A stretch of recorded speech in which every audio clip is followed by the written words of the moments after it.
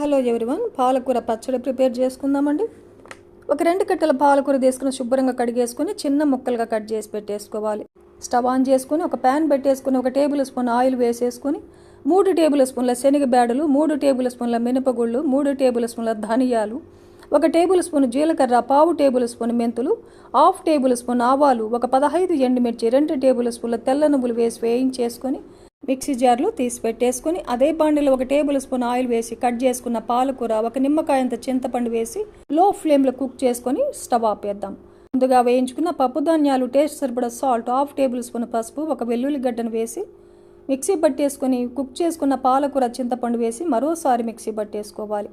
Stove on చేసుకుని ఒక బాండిల్ పెట్టేసుకొని 1/2 కప్పు ఆయిల్ వేసేసుకొని పోపు దినుసులు వేసేసుకుందాం. 1/2 టేబుల్ స్పూన్ ఇంగువ, కొద్దిగా ఫ్రెష్ కరివేపాకు వేసి పోపంతా బాగా వేగిన తర్వాత స్టవ్ ఆపేసి పచ్చడి కలిపామంటే కమ్మనైన పాలకూర పచ్చడి రెడీ.